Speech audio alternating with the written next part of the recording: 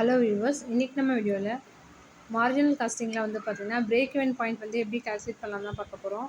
So சம்மை பொறுத்த வரைக்கும் என்ன கொடுத்துருக்காங்க அப்படின்னு பார்த்தோம்னா, from the following particulars calculate the break even point.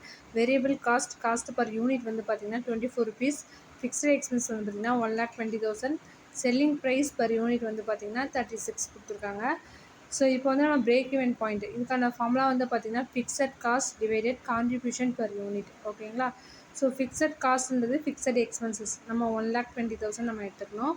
தென் வந்து பார்த்திங்கன்னா contribution per unit. So per unit பேசிஸில் கேட்டதால் நம்ம எப்படி கால்குலேட் பண்ணலாம் அப்படின்னு பார்த்தீங்கன்னா sales less variable cost per unit. ஓகேங்களா? ஸோ அப்படி பார்க்கும்போது நம்ம செல்லிங் ப்ரைஸோட வேல்யூ வந்து 36.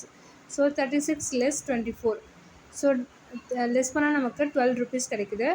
ஸோ இப்போ 1,20,000 டிவைடட் 12 டிவைட் பண்ணால் நமக்கு பிரேக் இவன் பாயிண்ட் வந்து பார்த்திங்கன்னா